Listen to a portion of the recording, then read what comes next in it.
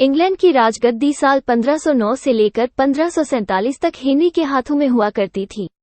राजा Henry की कई पत्नियां और एलिजाबेथ व मैरी नामक 2 बेटियां थीं। इनमें से मैरी राजा की पहली पत्नी की बेटी थी। राजा हेनरी को मैरी ज्यादा पसंद नहीं थी, इसलिए वो उसके साथ बुरा व्यवहार करते थे। मैरी महल के नौकरों के साथ महल का काम करती थी। अगर मैरी कुछ कह भी दे तो राजा उसकी कोई बात नहीं मानते थे। सन 1547 में जब राजा हेनरी की मौत हो गई तो प्रजा की इच्छानुसार 16 शताब्दी के दौरान हेनरी की पहली बेटी मैरी को इंग्लैंड की राजगद्दी दे दी गई। वो इंग्लैंड की रानी बन गई। उस समय इंग्लैंड के हालात बहुत अच्छे नहीं थे। इंग्लैंड कैथोलिक और प्रोटेस्टेंट इन 2 धर्मों के बीच में बंट गया था। उस समय दोनों धर्मों के लोगों के बीच जंग छिड़ी हुई थी।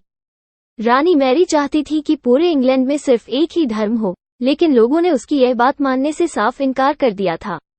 इससे नाराज होकर रानी ने उनकी बात न मनाने वालों को मौत की सजा दे दी थी। वो ऐसे लोगों को जिंदा भी जला देती थी। रानी मैरी की इस क्रूरता की वजह से इंग्लैंड के लोग उससे नफरत करने लगे। ऐसा भी कहा जाने लगा कि रानी मैरी कुंवारी जवान लड़कियों के खून से नहाती थी।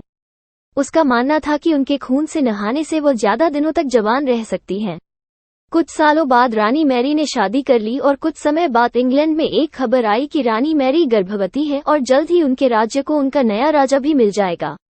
इस बात से हर सभी खुश हुए, लेकिन उस समय रानी मैरी के साथ बहुत ही अजीब घटना हुई। उनके गर्भ से किसी भी बच्चे का जन्म नहीं हुआ, बल्कि कुछ ही महीनों के बाद रानी मैरी का पेट फिर से सामान्य हो गया। वहां के ओझा लोगों ने अपनी तंत्र विद्या से बताया कि रानी मैरी के गर्भ में कोई बच्चा नहीं बल्कि एक भूत आकर निवास करता है। कुछ समय बाद फिर रानी मैरी के गर्भ में वही भूत आकार रहने लगा और वो फिर से गर्भवती हो गई। इस बार भी रानी को कोई बच्चा नहीं हुआ और उस घटना के कुछ ही दिनों के बाद रानी मैरी की मृत्यु हो गई। इसके बाद मैरी की छोटी बहन एलिजाबेथ को इंग्लैंड की राजगद्दी पर बैठाया गया और एलिजाबेथ इंग्लैंड की नई रानी बन गई। रानी मैरी की क्रूरता की वजह से इंग्लैंड को लोग उसे एक निर्दयी औरत मानते थे।